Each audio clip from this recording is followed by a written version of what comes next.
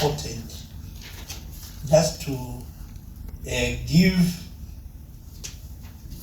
the chairpersons of the respective suburbs an opportunity to talk about this issue.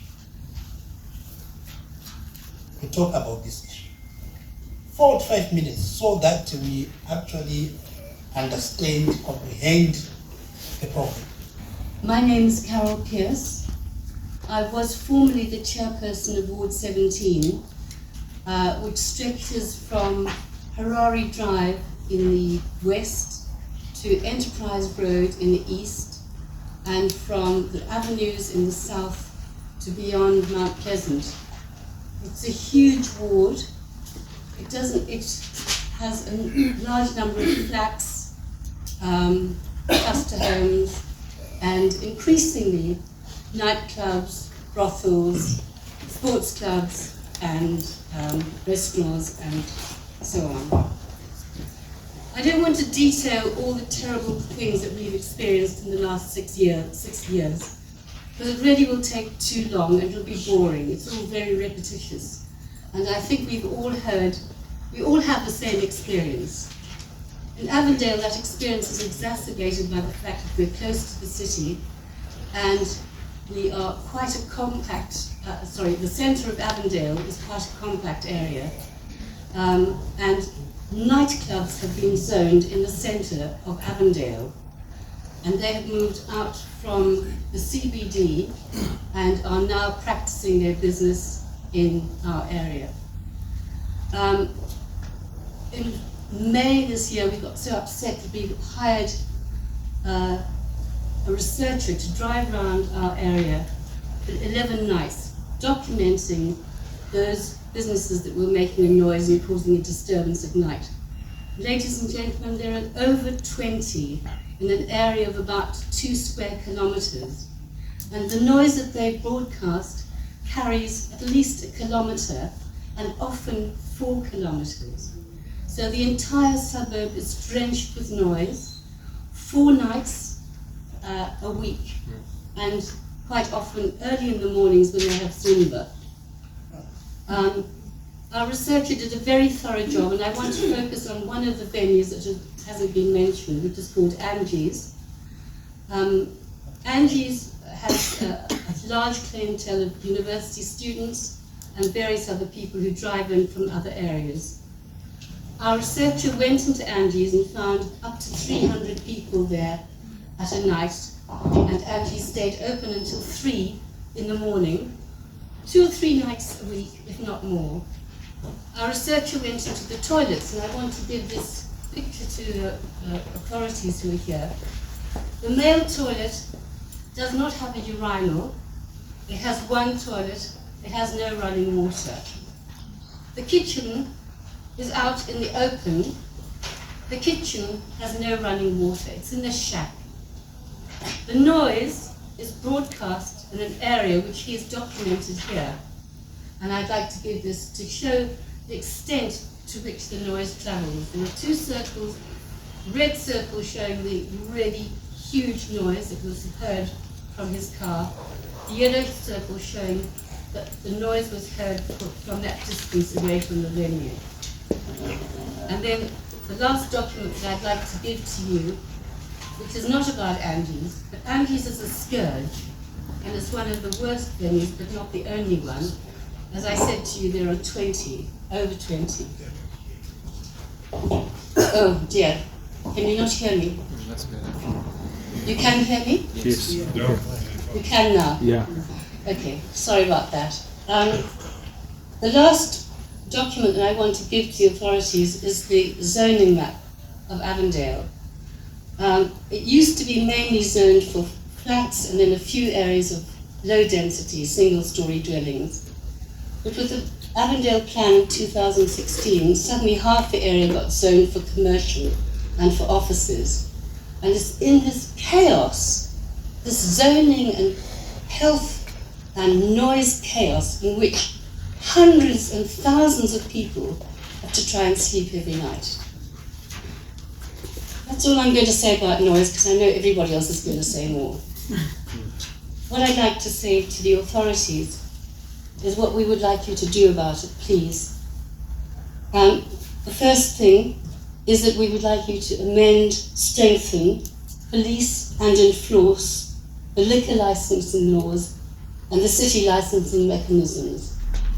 This noise will carry on forever until the city and the police put a stop to it. And we would like to support them in doing this. We want them to stop the nightclubs performing till 3 every morning. We want to stop the sports clubs from blasting our ears up till 5 every morning, not every morning, sorry, when they operate. And we'd like to stop the churches from broadcasting their noise. The second item is we would like you to require soundproofing for all venues that are licensed as nightclubs and all venues that host musical or religious events. We would like you to ban open-air amplifiers and provide them with fines commensurate with the offence. Number 4 is we'd like you to inspect all venues regularly, particularly Angie's if you would, and fine them for breaking the laws. And if they do flout the law, if they continue to flout the law, suspend their licenses. We would like you to revisit the zoning laws that allows incompatible use of residential and entertainment areas in a very small part of the city. And most important, City of Harare, please, would you please provide us with dedicated lines of communication so that we can correspond with you and you can tell us the situation. We would like officials to respond to our letters and our petitions and our requests for meetings. About 10 or 20 times I've requested meetings, or I've sent letters, or I've sent petitions to the City of Harare, and they're hardly even acknowledged, and I never ever get any kind of practical response. I'm not doing it for fun, ladies and gentlemen. I'm doing it because it's a survival technique. I don't enjoy doing it. Nobody enjoys fighting. And at my age, it's pretty difficult. I would like quality information about the chain of command at the City of Harare in cases of non-compliance. So if I write, for example, to the director, and the director doesn't respond to me, which happens, I would like to know whom I can complain to. And I'd like to have their phone numbers. Residents need precise information about who is responsible for licensing. Licensing is the bane of our life.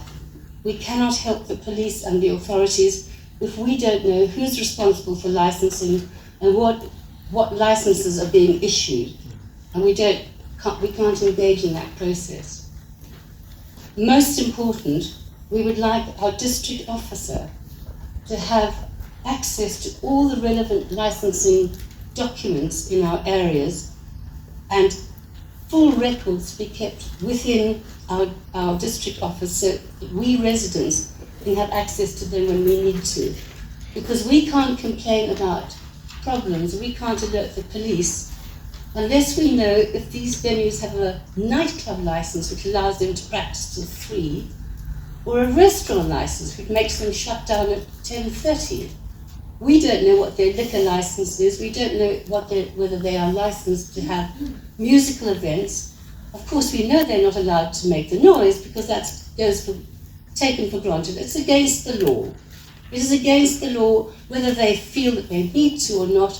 They can't do it because it's illegal. Thank you so much for giving us this opportunity to be able to speak to you about the various challenges that we've been facing in our different wards. I stand here on behalf of Ward 18.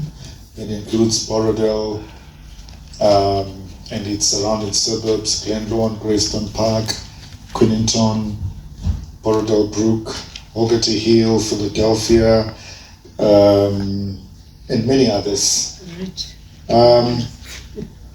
So we have had a number of complaints from residents concerning several operations that go into the night, and some during the day. That includes nightclubs, churches, and other venues within the ward.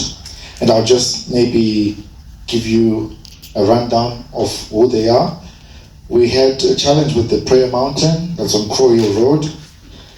That has since been resolved, but not fully. More still has to be done.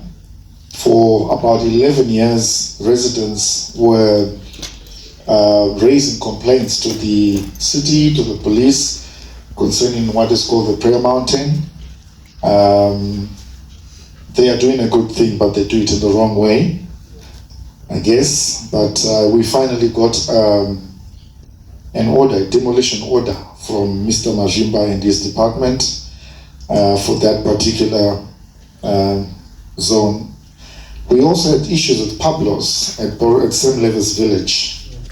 And lately, Zone Gardens in Pomona, complaints concerning Siekaya in Queenington, open air churches. Forgive me, Councillor Kotora and myself are conflicted. AFM Church in Borrowdale. Many complaints. I'm sure Joshua Cannons knows about that. An open air church. I'm sure you know the place, Councillor Kotora. Pastor Rubaya. I'm sure it's church. Jubes. It's on Kerry Cray, and also the Borrowdale Country Club, among others. So the general complaint has been that there's excessive noise that extends well into the wee hours of the morning, and residents cannot sleep. They have no peace. My personal approach to such situations is usually non-confrontational. I approach the various individuals concerned. Lately, and I know my colleague here, Bright, may not agree with me, but I've had back and forth meetings with Siekaya, and we have spoken, and they've shown me the intention to resolve the matter, and they've invited us.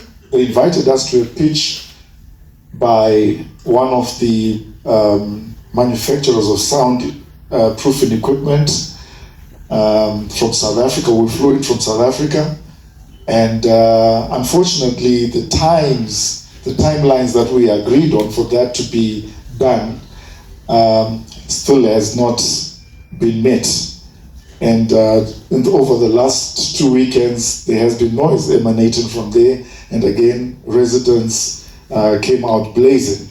And on one occasion, I had to go out to find out where the noise was coming from. I drove to Siekaya, but there was no noise, only to realize that noise was coming from the Mugabe residence. I think when it was Dr. Grace Mugabe's birthday. So, we have to be up. Carol says it's a very tiresome piece of work when you have to be dealing with residents. But as I said, I try to be non-confrontational. I always try to investigate and to seek remedies to the situations as much as we can as residents, because we understand that we have to coexist, but none should disadvantage the other. Zone Gardens was quite topical and kind of like became political at some point, but I'm told there has been reduction in the noise, but I'm still to prove that, because I passed through there a few on Friday night, and I heard there was emission of sound. The sad thing is just that they share borders with an old people's home, and you can imagine the kind of noise coming from such a huge facility, and then old people trying to sleep next door. It really doesn't give a good picture. So these are the places. So as I said, my my approach has always been non-confrontational. I try to engage, and I am sad to say that a number of individuals have sold properties in Borrowdale. I've got their names. One is called Laura Tagray.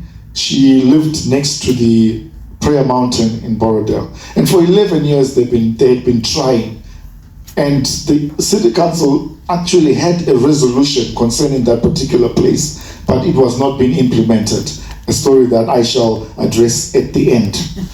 But eventually we kept pushing the right offices, and it went back into council, and another resolution was issued that was finally executed.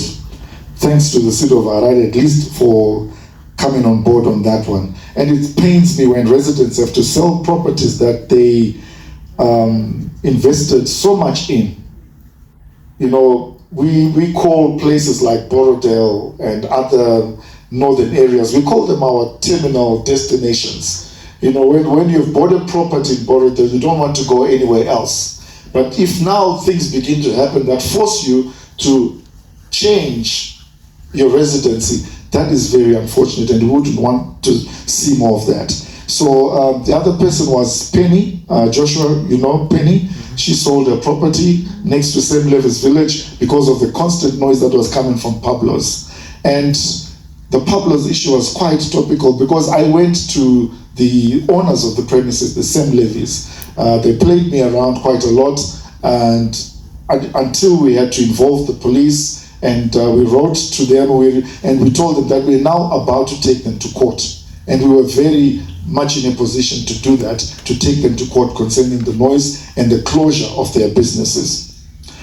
And what I would want the authorities to start looking at is this silo arrangement we have in our enforcement and regulatory authorities, where the ZRP doesn't know what the city of Harare is doing, the liquor license, and there is no coordination. And we have these silos where residents now have to move from office to office, department to department, individual to individual. So can we not have something, maybe a one-stop shop concerning issues like this one? Just last night I was talking to our residents in Ward 18 and saying that, you know, we have been up and down with environmental issues. Personally, for me, 10 years going around environmental issues, wetlands, sorry, I'm digressing, wetlands and things. The reason why we are failing to find solutions, and criminals and cruel people tend to be having an upper hand in terms of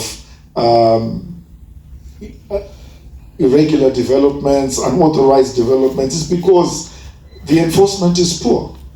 So if all these departments, our liquor licensing board, our City of Harare Development Control, the police, the parent ministries could come together and lock themselves in one room and determine regulations, look at the law and see how best they can apply the law to help residents. And without this, we'll continue fighting from office to office. One day there's a different officer in charge at the police station. He has no problems with noise. Another one comes, he thinks you are all a nuisance. Another one comes, he thinks it's a topical issue. You go to the liquor licensing board, you cannot get access. You go to City Council, Mr. Majumba is in Victoria Falls at a meeting, and you know that is what happens. So those little silos, they are making everything so complicated. And would like you maybe to, after this meeting, to have a resolution that says, no, let's have a JOC. And I know it's a very military term, Joint Operations Command, where you all come together and you begin to think about how you can provide adequate protection for residents. And we wouldn't want to keep having these issues repeated over and over again. We need solid answers. We need solid answers concerning churches. People must be regulated. They must not be given licenses unless they've proven, and it has been inspected and seen and proven, that they have good sound insulation equipment surrounded, even when they are constructing. And when they change permits from one use to another, it must also be stated that before you change your use to this particular use, these are the provisions, these are the laws that you must abide to, and these are the things that you must do to your building, the structural issues. I keep mentioning Joshua because Joshua and I have been on this for a long time, and he has given me so much information. He's an experienced sound technician, and he's given me so much information on how you can actually reduce the decibels that are emitted from your particular premises. So I want to say finally that, you business operators, we are not against you. We understand you want to make money and you want to make lots of it, but make money not at our inconvenience. Make money in such a way that everybody is in a good place. This is my final thing, and I hope this meeting will not just be another talk show. I've been through so many talk shows. I've been chairman of the Borrowdale Residents and Ratepayers Association for the last 4 years, and I've been subjected to so many talk shows, and people think that I'm actually paid to be a chairperson because I'm in one meeting after the other, but no substantial results. I'm here to represent Sunridge Service Station, otherwise known as Home Ground. I think everybody knows Home Ground. It's very famous. Even in America, they know about Home Ground. I am here to say that in spite of all the meetings we have, it's the same story. Excuse me, forgive me. We are here to help you. We are here to do this. We got the liquor license board. We got the police. But they do nothing, absolutely nothing. I managed to get Home Ground lower the noise by going to the Chief Inspector Police. His name is very long, so let me read it out. He is called Mr. Muguru Ramemu. He came, I told him to come casually dressed in a casual car, and I took him around and he saw it for himself. Low density has become a high density, Sunridge. And 2 weeks, and he has brought the noise down. He contacted the the officer in charge in Melbourne, and the noise has gone down. He managed to get the braai stands removed, 6 of them, no license, nothing. There was smoke every night, noise up to 3 o'clock, drugs being sold freely, prostitution going on, crime rate has gone up. I am trying my very best. I go to the police, I go to city of Harare, I go everywhere. All I get is definitely, we are going to look into it, definitely, but nothing has happened. I think government is taking advantage of their citizens. Sorry to say this, because we are very quiet. We are cowards. We don't really protest. Instead of appreciating citizens who are so gentle, so tolerant, they're pushing us. And very soon, the quiet, gentle people are going to get violent. It's really too much. I am faced with all these vendors attacking me. Go back to India. I said, I'm sorry, I can't. My name is Makaya. It's not a Pate. I can't go. Makaya is a Zimbabwean name. So I am here to stay. Please, I'm begging you, police officer. The license board, don't you read the license application to know it is in the middle of residence? It's so simple. But no, y'all are granted because y'all are being bribed. License board is being bribed. I can't understand. If I get an application form to say in Harare Drive and Albury Road, right in front of the thing. Now, 2 weeks ago, Engine, Zimbabwe, brought in tube stones to exhibit. Okay, we are all old people, we are going to die, don't remind me, I need a tube stone. And they got license for it. I spoke to them and they said, we got license. How do you give license to exhibit tube stone front of the residence area? I cannot understand it. Come on, Zimbabweans, we are the most educated citizens in the continent, the richest country in the continent. But look at us. People are struggling. I understand. They want to earn a living. I do. But there's a limit to everything. Give them a space where they can go, have their nightclubs, vending, anything. I mean, I am for it. I do understand. But please, I'm begging you. Our children are all gone abroad. Look at all of us. We are all old people. 50 and above, retired. But look what we are going through. Honestly, please, I'm begging you, sir. Please make this meeting a successful one. Thank you very much. I think Elias speakers have just said it. It starts from the issuance of permits and licenses with the city of Harare and the liquor board. Then everything else follows. Mr. Kotora, you just got a free ride in terms of your campaign, but I think you're going uphill. You know, it's not going to be as easy as it was before because of a lot of these. Our rights are being infringed because of the issuance of these permits. And as a resident, somebody said we're all above 50. Yes, sir. Yes, and these are our homes. I stand here to support my chairperson, Bev, but I thought for the benefit of emphasis of matter, the local authorities, if you do an analysis of the 8 billion zig that is owed in terms of rates payment, you will find most of the people here are up to date in terms of rates payment, but they are the ones that you look down upon. If I come and do an application to set up a pork shop in Ridgeview, will that do? But I'm a person, human being, I consider others because of their religion. I'll not do it.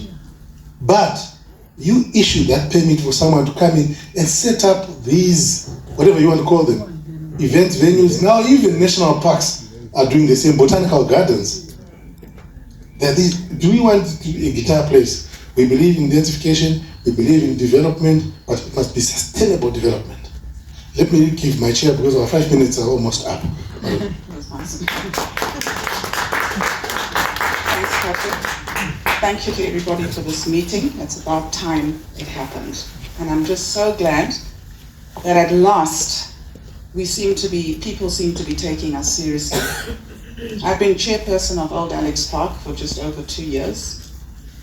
And the bane of our existence at the moment, the bane of our neighborhood, is Cosmopolitan Bar. They opened, I think, in May last year. I'm a resident. I'm an immediate neighbor to Cosmopolitan.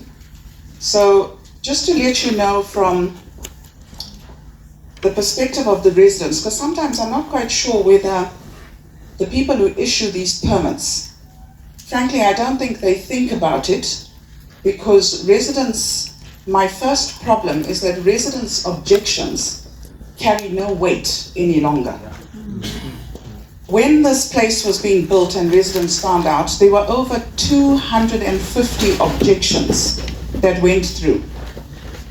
Residents are not against development. As my colleague said, we are not against development, but do it within reason and do it within the law. We stated we're all busy people, we work, we're retired, some of us are retired, some of us work. When we purchase properties in these areas, as my colleague Robert said, it is terminal. When I purchase a property in Alex Park or Borrowdale, this is the place I want to retire. This is the place I want to hand over to my children. It's a place we call home. When we leave the bustle of business and wherever it is, you go home in the hope that I am going to rest. This is where I'm going to be revived. And as you sit down and go to your room at 8 p.m., wow, the live bands begin.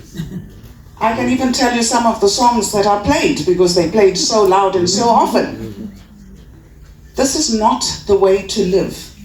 Last year was so horrendous, and it is so sad. It's something Robert actually mentioned, that it is deeply saddening when you've lived in an area for most of your life. You know your people, you're a community, you become a family.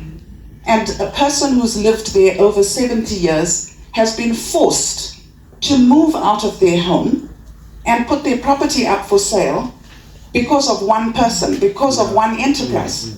Why should that happen?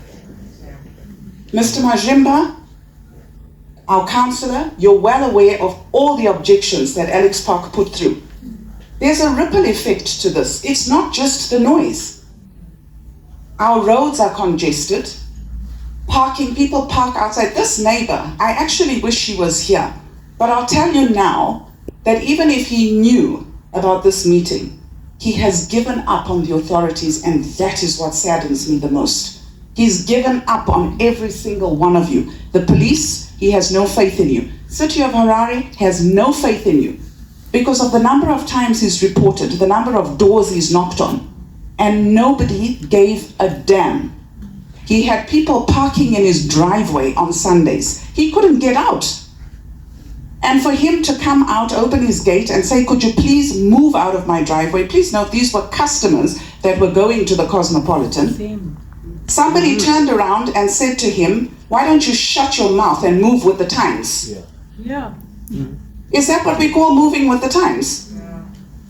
Outside your driveway, shut your mouth and move with the times. It's wrong.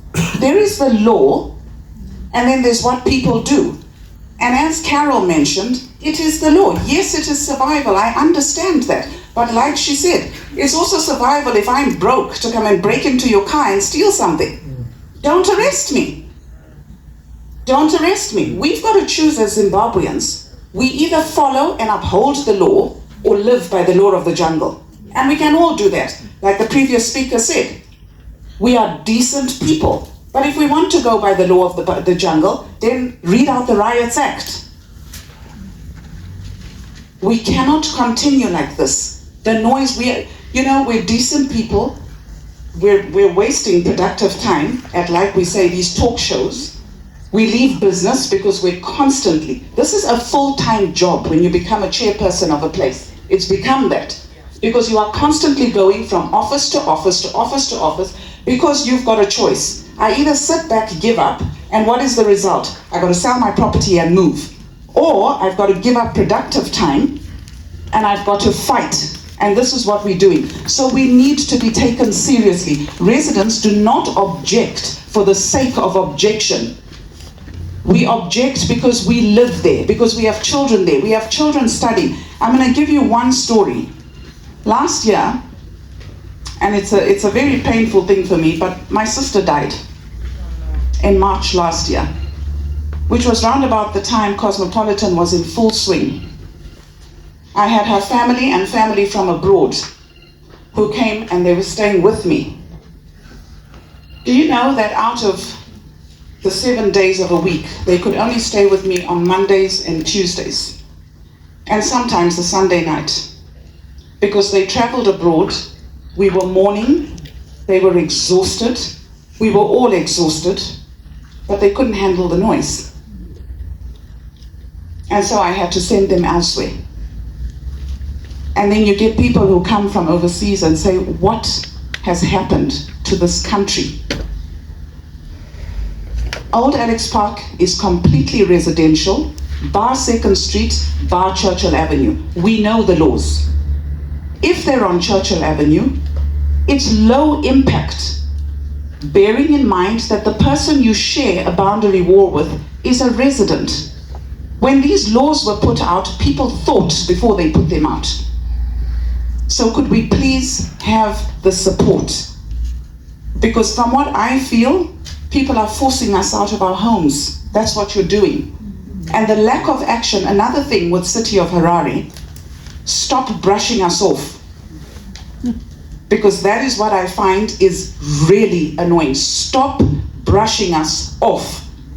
Every time we come there and people turn around and say, it's in control, or you can't object to this, or this is no. When people actually research, they know the laws. They just give you the respect to implement it.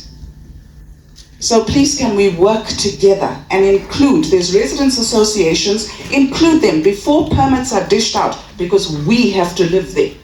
At the end of the day, Mr. Majimba, I think there's many times I've said to you, I'll come to your house and spend the night there. You won't believe it, but I used to be a nightclubber as well. Many, many years ago.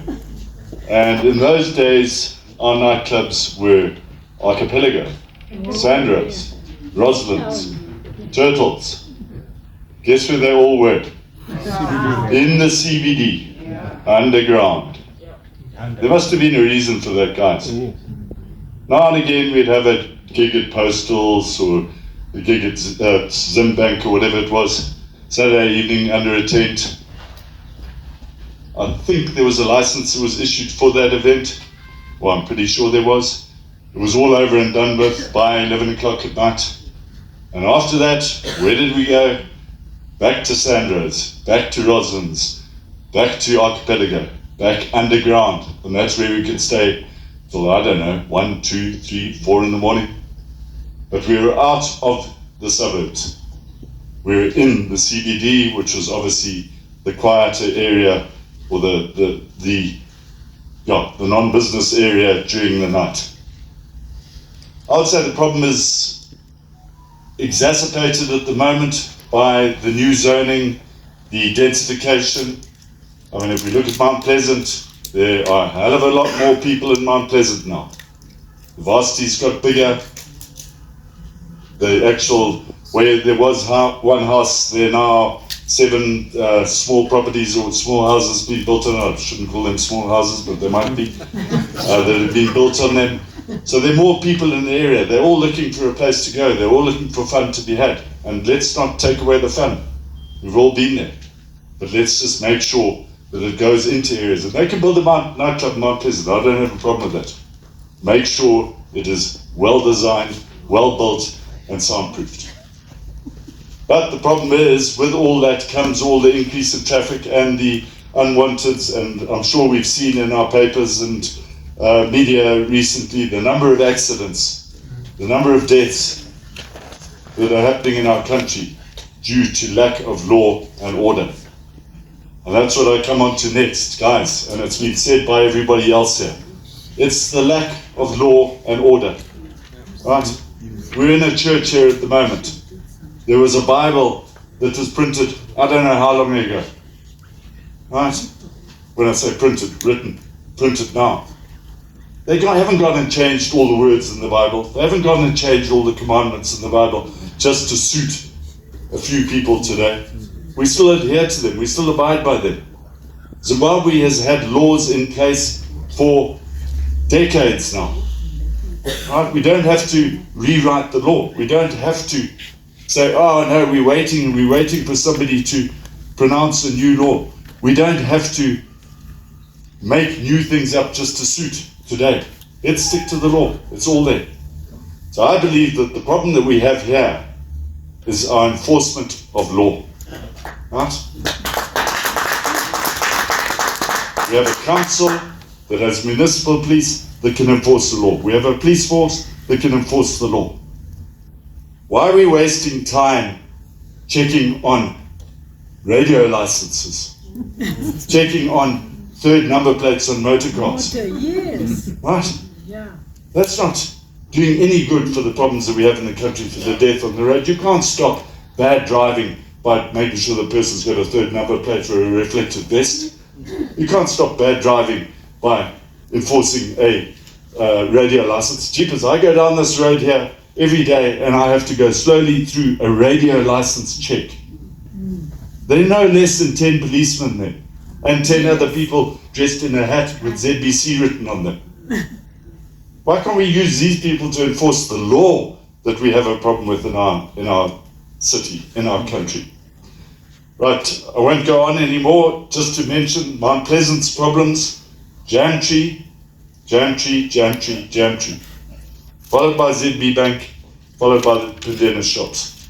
We've brought these up time and time again. But I will remind everyone as well, it's not just about the nightclubs that are keeping us awake at night or upsetting us on our weekends when we're supposed to be in quiet. Building happening on Sundays, 7 o'clock, 6 o'clock in the morning, you wake up and the grinder is going while the guy's putting in his new driveway. Tree cutters, borehole drillers, taxis hooting.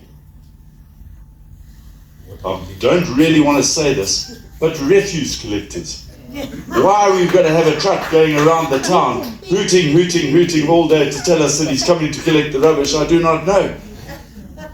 Right, and then the last one that I experienced twice today sitting on my veranda, helicopters flying over the city low, 100 foot above my house. Let me tell you, I'm a pilot, and there are laws in this country that you cannot fly over a built-up area less than 1,000 feet. And I've been brought to the law for doing that before in my life. Why we can have a helicopter who can fly directly over Mount Pleasant at 100 foot. If he has a problem, let me tell you, there is going to be a problem. It won't be just him that dies, it'll be into a school or it'll be into a shopping centre or something like that. Please, let's implement the law. Newlands, Cone Valley, Valentine Park and Chisapiti. With the zoning, there's a little bit of overlap, but I won't go into that right now.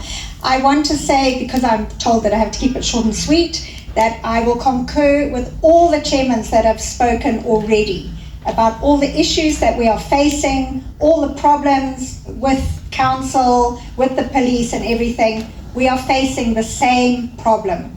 For the Ward 7 area, Country Club has become a nightmare for the residents. There is a nightclub at the Chisapiti shopping centre owned by a particular gentleman who revs his motorbike at 3 o'clock in the morning. Yes. And they go until 5 o'clock on a Sunday morning. I can hear it every Sunday morning.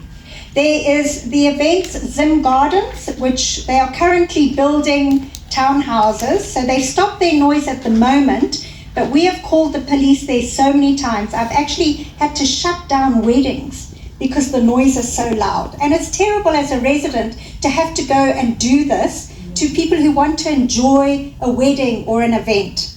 7 Bay Noakes, huge church, creating many problems. It's been brought to your attention several times. We've got Queen of Hearts off Herworth, constantly over the weekend on Wednesdays and sometimes on a Thursday.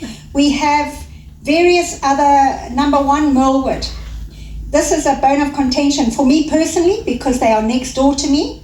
We took them to court. They were using the president's family as a protection measure. We have an ambassador living next to us.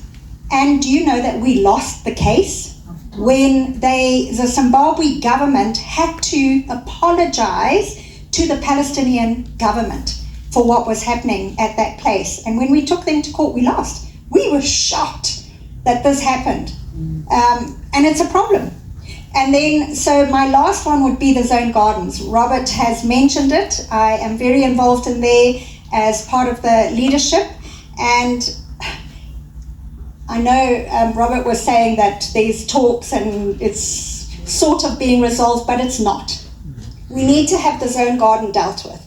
I know it's become political, as Robert said, but really the old age people there and the residents have had enough.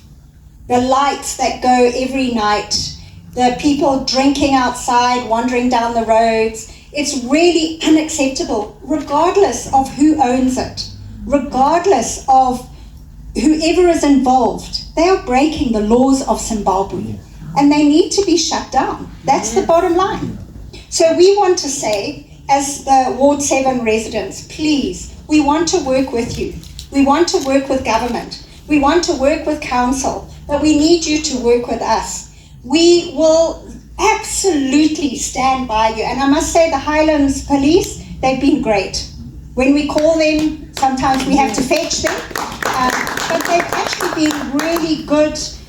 James has often come when I've called him. He comes and helps. Sometimes we don't get things finalized, but there are times when people have come to our aid, and I want to commend the work that council is doing, because often you get slated, you get slammed, but I know it's hard, you know, but we want you to be more active. We want you to be proactive. We want you to read our petitions, of which we've put in many, for all the different areas, every single one that we've mentioned here for Ward 7 and for the zone garden. We have put in petitions. We have written letters to everybody that we know.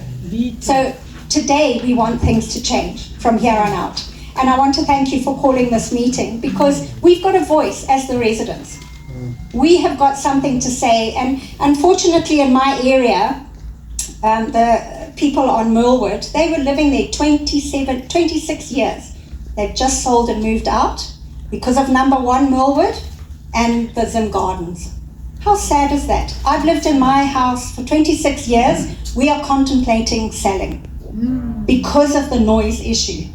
And it's unacceptable, but it's all been mentioned. It's all been said. So thank you to all the chairpersons, because I know it's very hard, tireless work every single day.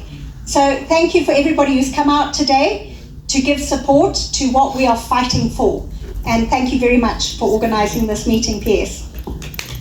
When we then license 17 places to operate nightclubs in 1 square kilometer, are we adding value or we're killing the society? If you remember, we had the same problem with service stations. Just around the corner, where there was now a service station popping up even next door to your house, and they demolished the house. And when we investigated, you'd find no one could take the blame. This one would say it's Emma, this one would say it's Zera, this one would say it's City of Harare. But what was very clear, someone was getting paid somewhere, because it didn't make sense.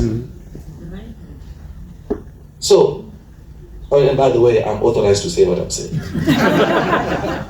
Just in case someone thinks wheezy. So thank you for explaining what I do with my work. Because I'm the only office which covers political, social, economic, and developmental issues of all the permanent sectors. Because I go down right to village level to see if devolution is being implemented. And devolution, the president keeps saying, I want the people to have a voice.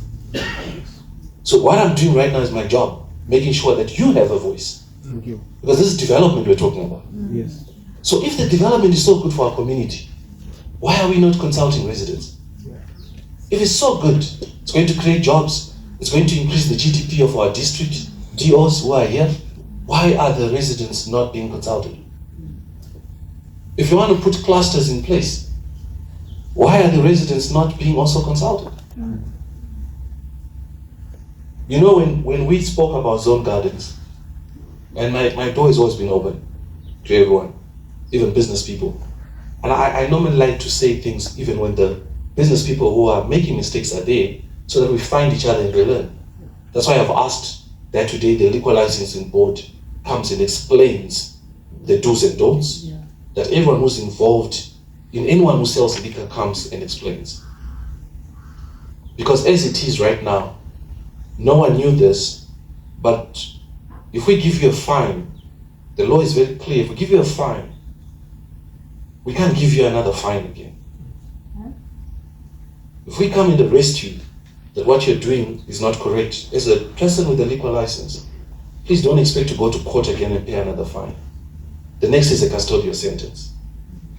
That's why it's a level 5, level 6 offense.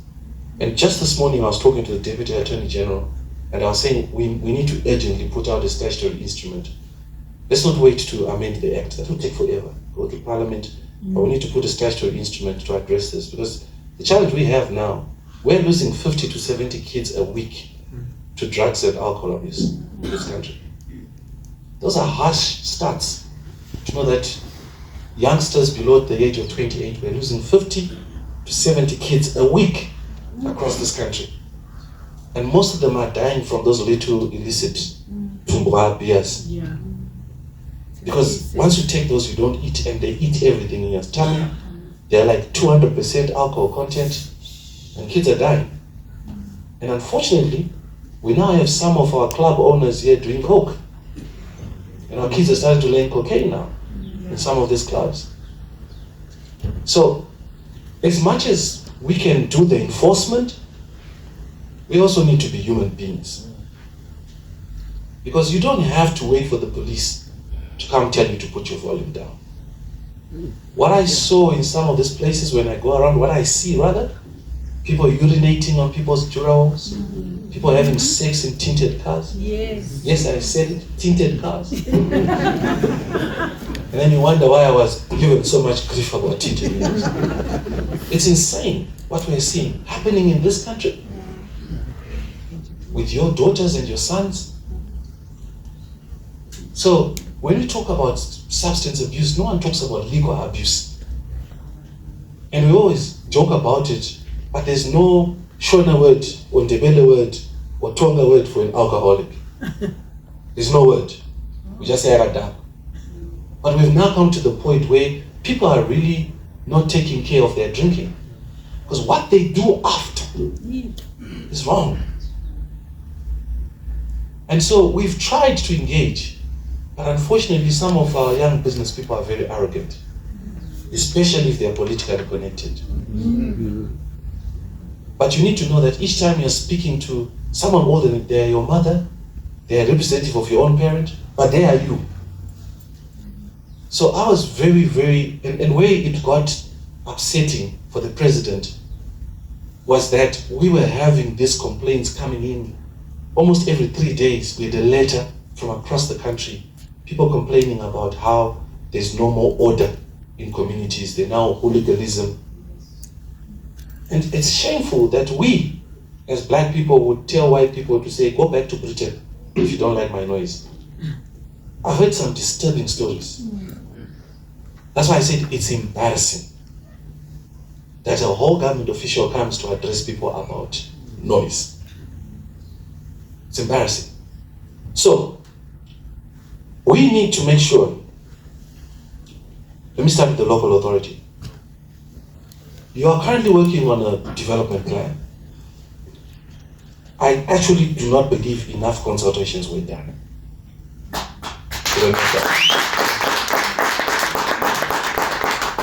And this is the problem with preaching to yourself.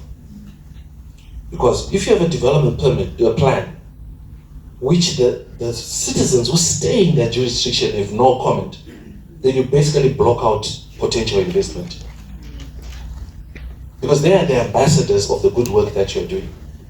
So our office is actually writing to local government to say, for certain towns and cities which we have gone and seen people are not consulted, start again. I think it's very, very important. It's one thing to rush to catch a deadline, but you have no one traveling with you. We've got haulage trucks going to Mozambique now, passing through communities, avoiding Samora Machel. And these are the things that we need to hear. So when it comes to planning, it also affects then the business people. So you need to think to yourself to say, where do people go to have fun? These are the areas where we are putting as part of the commercial districts. So if you're going to put a nightclub with sound proofing at the body shops there, no one here is going to talk to you. Because when you built it, we need to do that.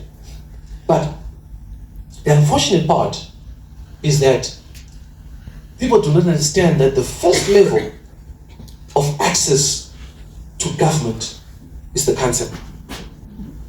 And their job is that that council addresses what happens in my neighborhood. Because we have 3 legislative accesses for people to actually be able to get their information through. Now that's government structure. That's the government, executive and legislative. So the councillor is the first person who preserves the law. And they preserve a bylaw.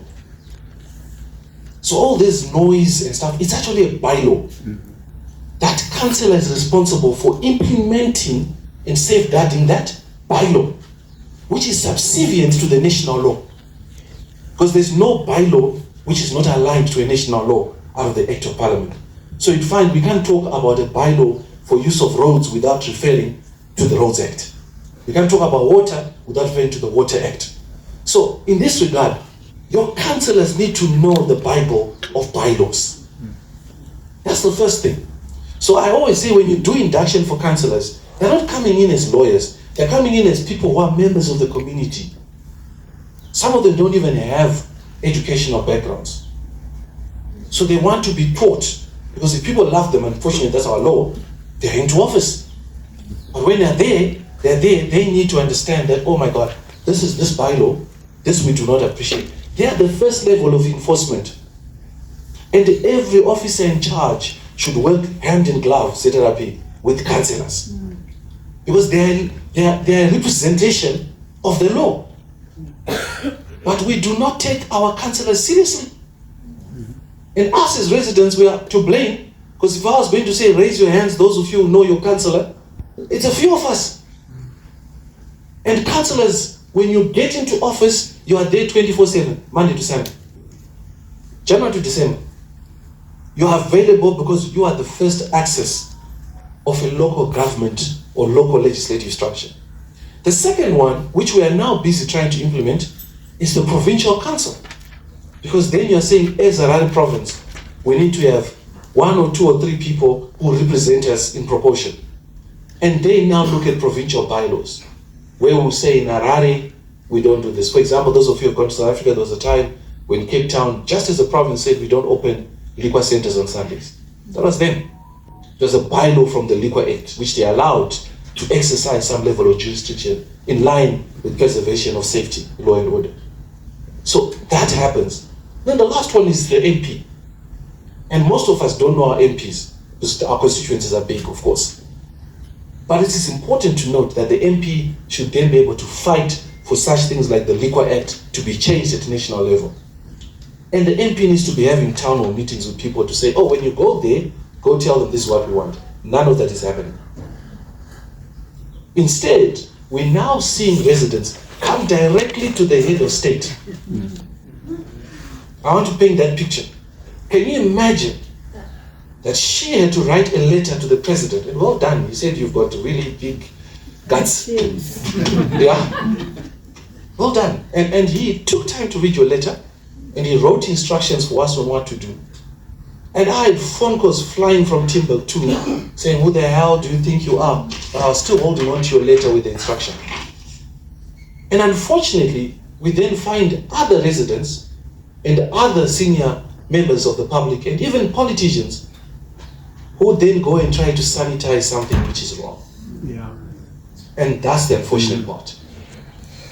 Unfortunately for them, they don't understand they are removing His Excellency's political equity by doing nonsensical things like that. Mm. So self-interests are also killing this country. So I'm thinking that City of Harare, you've got people who are supposed to be inspecting and monitoring. Don't wait for the police. You yourselves, you know who you gave your development permit to. Yesterday we were learning that when the fire in Bari happened, he was there. Do you know the reason why that fire couldn't be stopped?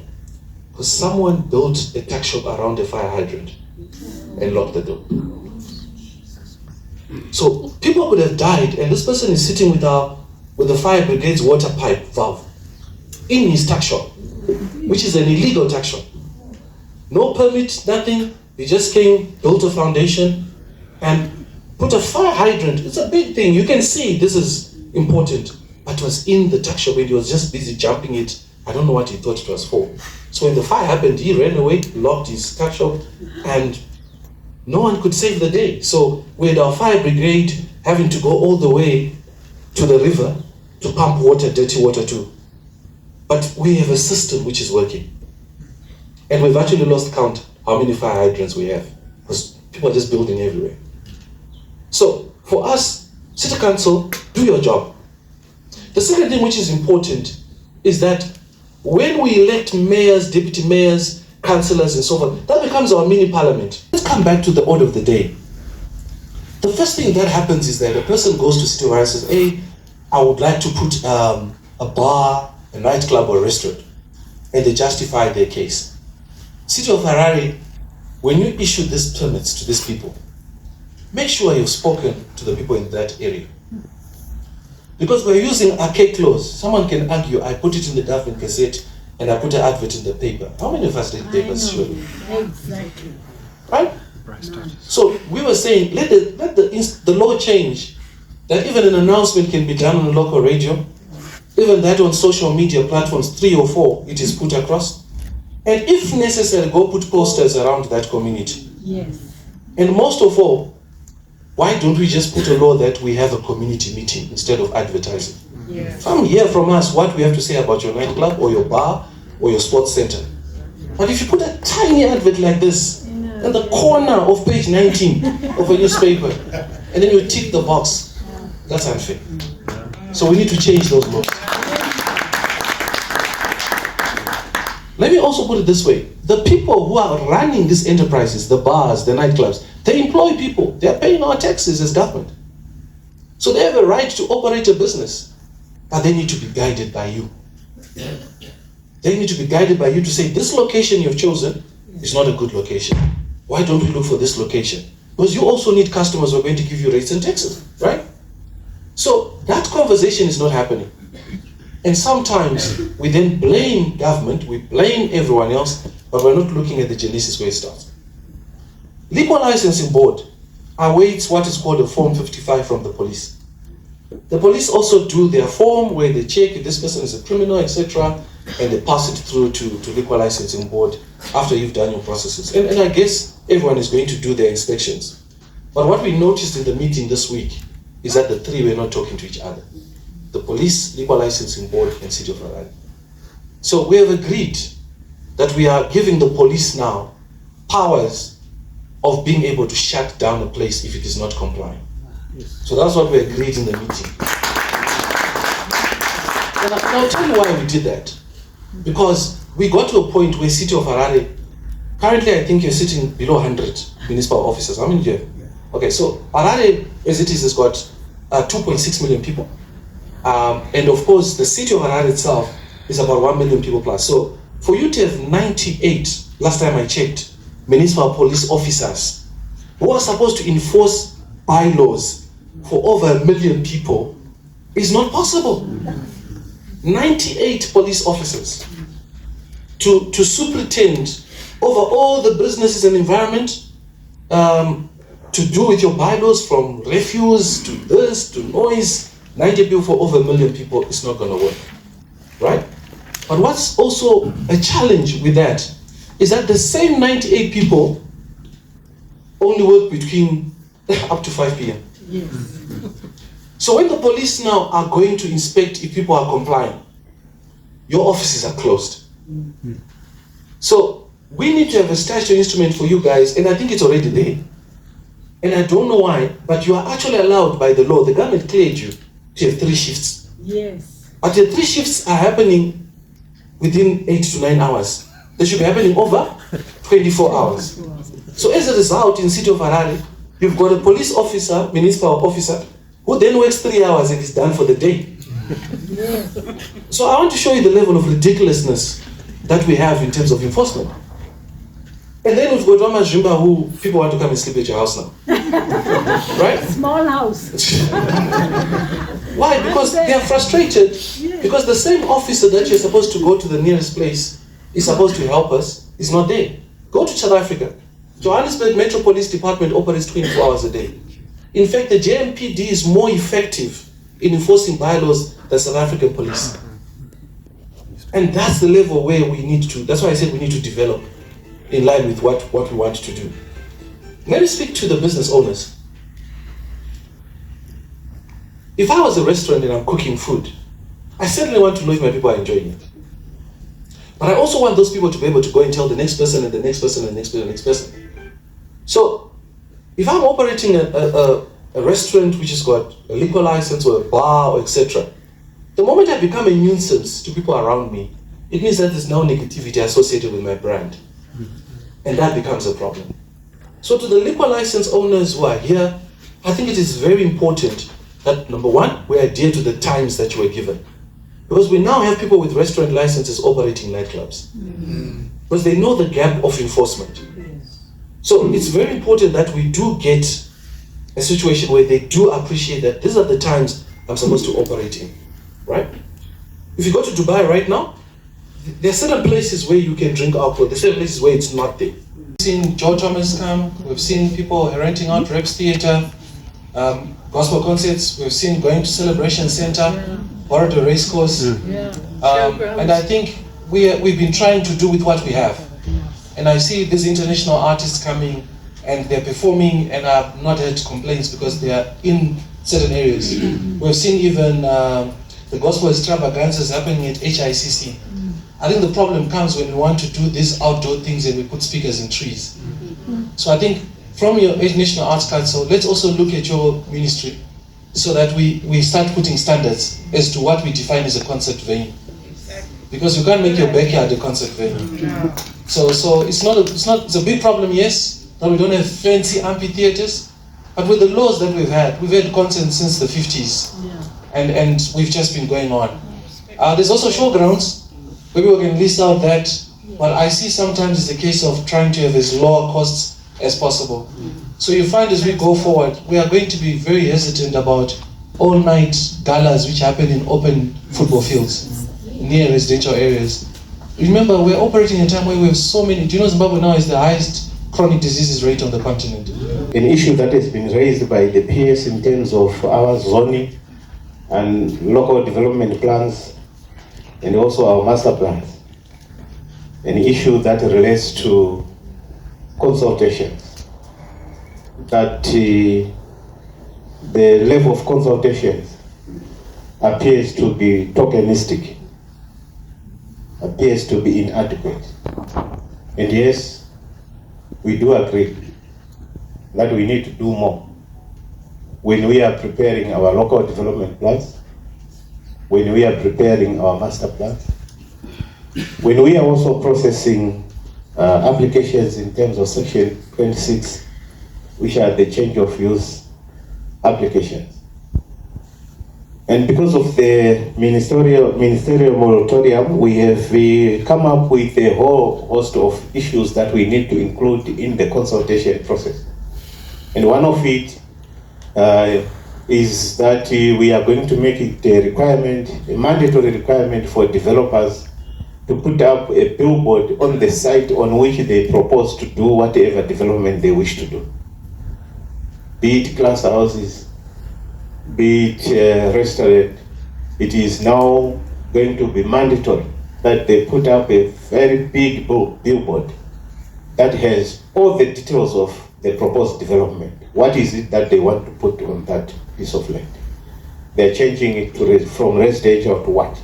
With specific certain details that are critical so that the local community are able to interface with that development at the planning stage. So that is going to come very soon. We are finalizing that piece of policy so that it becomes mandatory. We are going also to make it mandatory. Remember, in terms of the current Act, the Regional Town Country Planning Act, in terms of section 26 subsection 3, it only says you can write in terms of notifying your neighbors. You are only required to notify the abutting property neighbors, those that are abutting to your property, as a point of the provision of the law. That's what it is currently saying, and we're going to change that it encompasses the whole street and possibly the street behind them, so that everyone else has got an opportunity to know that there is a certain development that is taking place in that piece of land or on that particular site. The zoning issue, it is an issue because the zoning issue gives the specific areas within which certain activities are permitted. The shopping center zone, the residential zone, the sports club zone, the specific uses that are permitted there. At a shopping center, for example, someone has got the liberty to operate a supermarket, a bottle store, a bar, a nightclub, a butchery, without seeking further permission or permit from the city council, because those rights are already enshrined in the zoning regulations. But where someone is wishing to put up a church, like in this instance, I'll give this example. This used to be a residential, and they changed it from residential to church. This particular piece of land where we are, that's when they are then required to notify the neighbors. And the city council, we then put in the conditional, stringent conditional, we give them conditional permit to say, yes, we agree, you got to put the soundproof. And this is exactly a good example of what has happened here. If you go outside, you can't hear me even if I shout at the highest level because they have installed soundproof in this building. So that's what then should happen. And of course, parking, there has to be enough parking within the confines of that piece of land in terms of our conditions. It is all clear that these things must be happening within the confines of that piece of land in terms of Section 26. But I want to hasten and say, having given those stringent conditions, they are not being adhered to. And I admit, and hence the enforcement. People are flouting the conditions that are enshrined in their permits and doing exactly the opposite.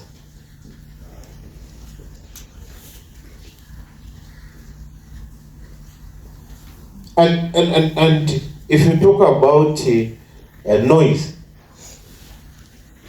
it is a condition that when you make noise which is excessive, that is disturbing the neighborhood, we can cancel that permit. We can cancel that permit. But I want to say that, and the PS alluded to that fact earlier on, that it is not as easy as we think, that it's a matter of cancelling it. Because the moment you attempt to cancel it, you are meeting a whole lot of other stakeholders along the way.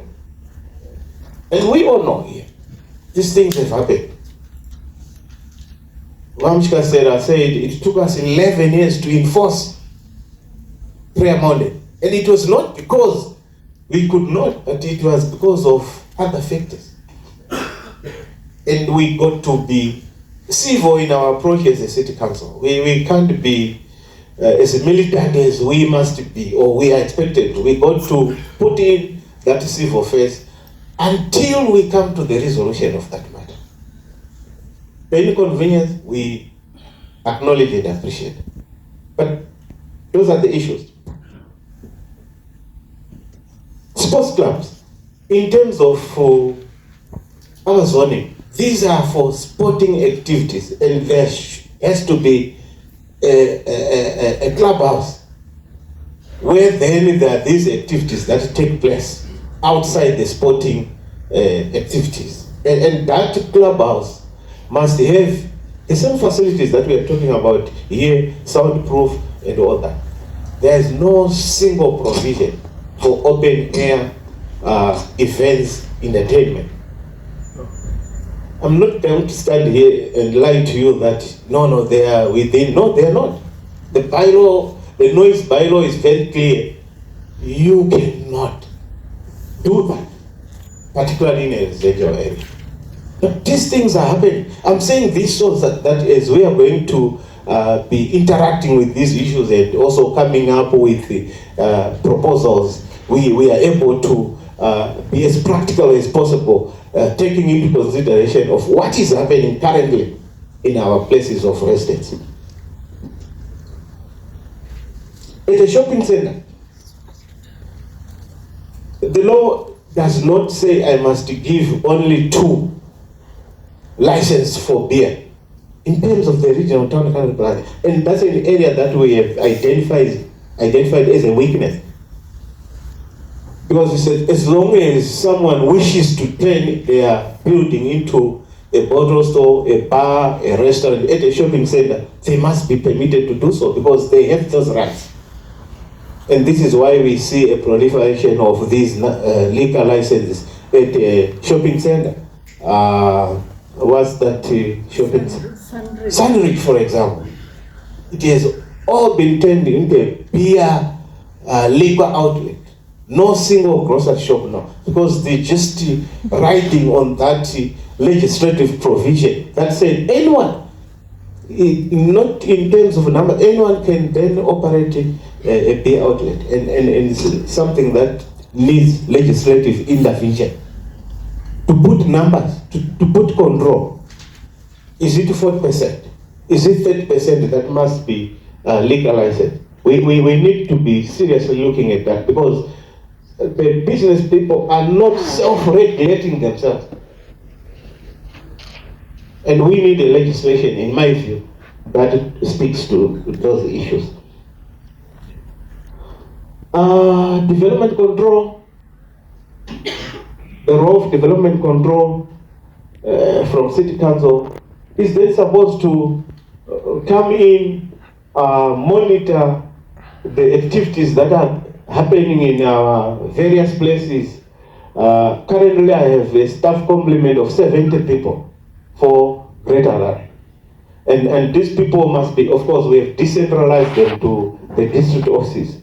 Every district office has got a development control officer, so that they are able to attend to some of these issues. But again, it's an issue that council has also acknowledged, and we should be getting an extra 30 or 40 development control inspectors, because it's an area that needs to be improved. But their role is supposed to be doing inspection property by property, find those that are contravening our bylaws, and also to some certain extent shut them down after following due process of what is required by the law.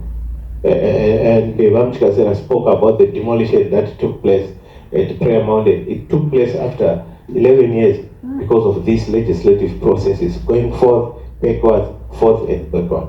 So we acknowledge, we accept, this is why we are happy to have a meeting of this magnitude, and it is going to be spread to other areas with the concurrence of the convener, because it is a very important meeting. I'm Assistant Commissioner Mbira, responsible for crime in Harare Province. I'm representing the Officer Commanding Province, who is out on other duties. Our role, I'm called upon to present on the role of police, which is an obvious thing to many of us, but I will elaborate. We have taken note of your concerns as residents, and we appreciate the degree to which this problem is affecting you. However, as police, we have got our role, which emanates from the Constitution of Zimbabwe and other acts of parliament. Amongst them is the Liquor Act, which we also enforce. So we'll start with the time when applications for licenses are made. Our role as police is to vet the applicants and submit a form, which was said by the earlier presenter, a form 55. It centers mainly on the applicant himself or herself. That is whether they are a proper and fit person to hold a license. This goes to previous convictions and other things relating to an individual. So this is our role during the application period. Then when the license is issued, our role is now enforcement of the Liquor Act. We only enforce issues which are covered by an act of parliament as police. Bylaws are for the city council. We enforce acts of parliament, one of them being the Liquor Act. Our duties when enforcing the Liquor Act are checking whether one has a license. They've talked about the process of issuing a license. Then we combine with their inspectors to go door by door from one business to the other to check whether they were issued with that license and the type and nature of the license, so that we know the conditions to which the applicant is supposed to operate within. Also, we check on conditions attached to the license, so that during enforcement we will know whether somebody is complying or not. Amongst these are the operating hours. These differ from one license to the other. It depends with the type of license which you have. So we enforce the operating times. We also prevent commission of any other crimes within or around the premises where a liquor outlet is operating. I've heard people talking about those who are drinking outside, those who are being a nuisance, those who are doing disorderly conduct, and others. This is general crime. Where orders are given for an outlet to close, we also come in to ensure that it's being complied with.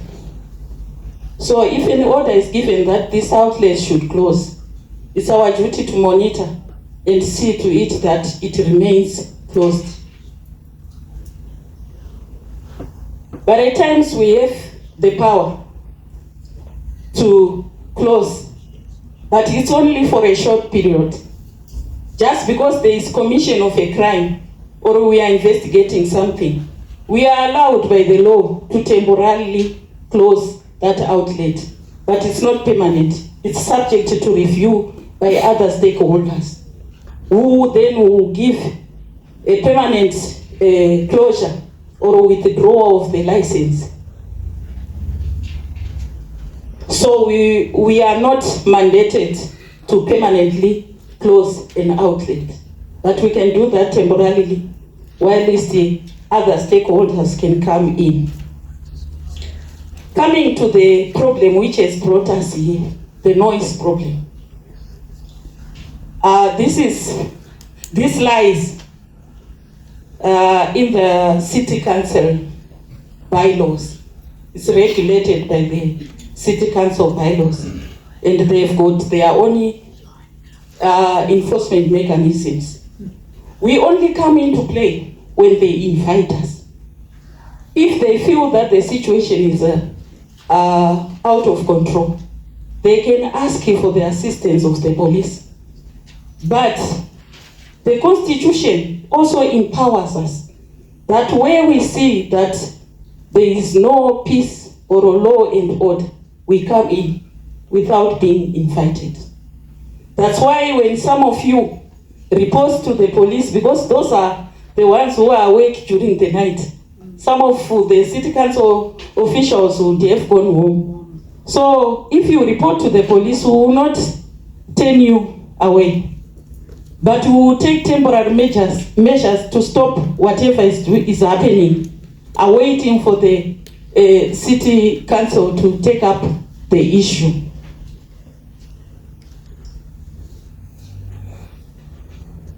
I'm happy that some of the residents, they've been communicating with their officers in charge.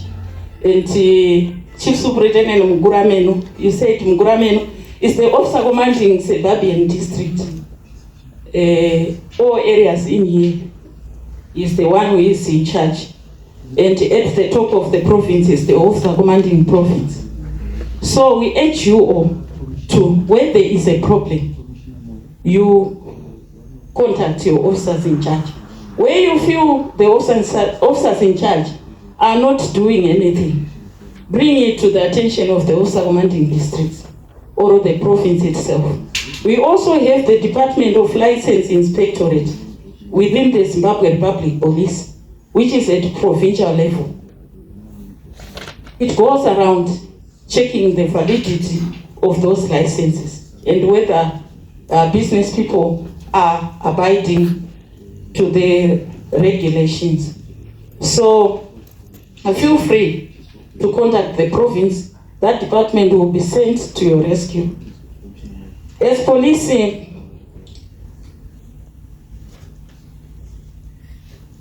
Our mandate as police is enshrined on Section 219 of the Constitution, maintaining law and order, where we feel as residents that the law is not being followed. Let's bring it to the attention of the law enforcers. I equally want to observe the presence of all the residents through their chairpersons. I've never seen such an angry crowd. Yes, there are situations that are possibly beyond any of them's control. Everyone is quite angry. But I intend to demystify. Because when I look at most of the, what I would say, the relief you guys are seeking, they do not lie in our purview. As Liquor Licensing Board, we are an authority to issue out trading of license. And we do so through a number of other stakeholders. We have your local authority, we have the enforcement, we have the generality, the public, as you react to adverts that are put through by the applicant, then the individuals that apply. So we need all to play our part. We are on an online systems for services. So anyone who wants to make an application for a liquor license, initially, they actually go through maybe a Google or a particular research, and then they read our requirements. The first point or port of call is our letter of no objection for the permit. This is issued by a local authority. All the 90 plus local authorities. That's how we actually process our papers. They issue out a letter of no objection or a permit. And in that permit is enshrined all the do's and the don'ts. Those are put in that spectrum. Then we have a health report. This is prepared again either by a local authority or by a Ministry of Health in areas where the jurisdiction does not lie in the purview of the local authority. Then we have a plan, an approved plan, that is issued through the local authority. We call it approved because it has to have a stamp indicating approval. Then we have an advert. People are putting adverts in the government gazette for every other department to see within government, as well as the local paper where the people live. We equally expect a reaction to that advert. And when there is a reaction to that advert, we invite the applicant and those opposing the application. Then the applicant himself or herself, they present their IDs, their police clearance. They have to be cleared by the police, have their fingerprints taken and vetted, as well as a Form 55 on LG 26. This is a form regarding, or which actually gives us the details of the applicant as well as the manager, the person who is going to be presiding over the running of the show.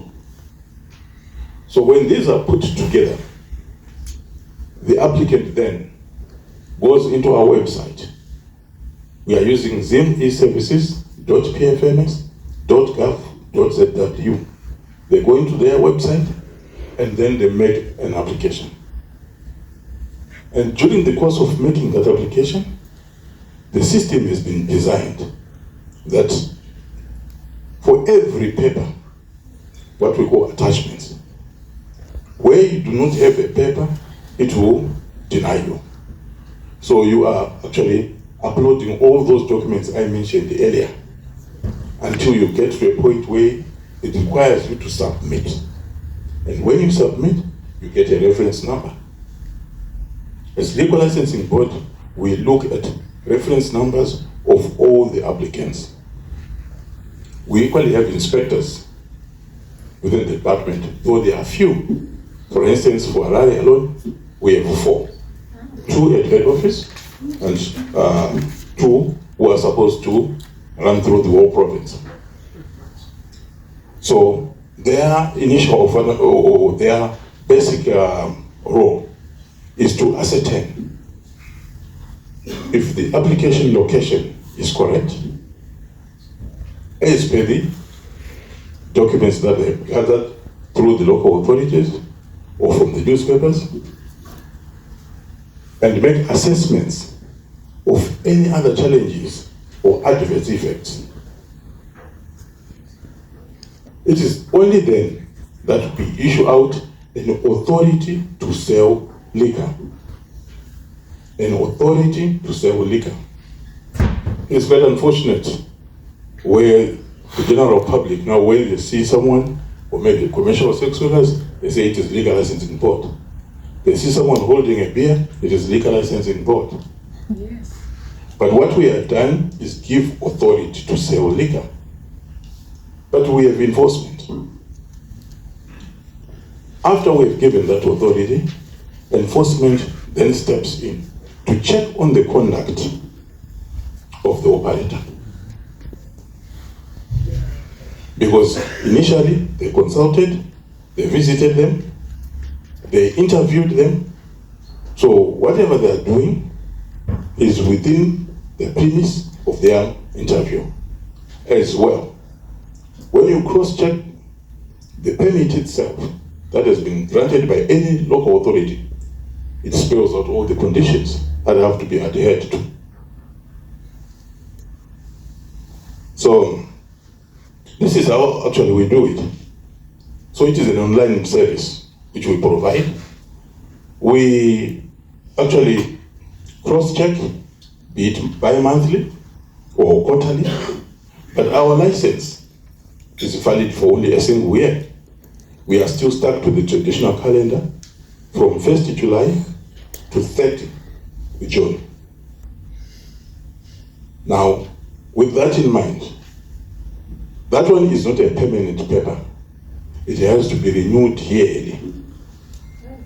And each year, between the period of November, December, and January, every applicant or every person, like starts afresh, they have to submit an application for renewal, where we request for payment the old license as well as the health report. The secretary has the mandate to call in for a paper from the local authority, from the officer commanding, any other stakeholder.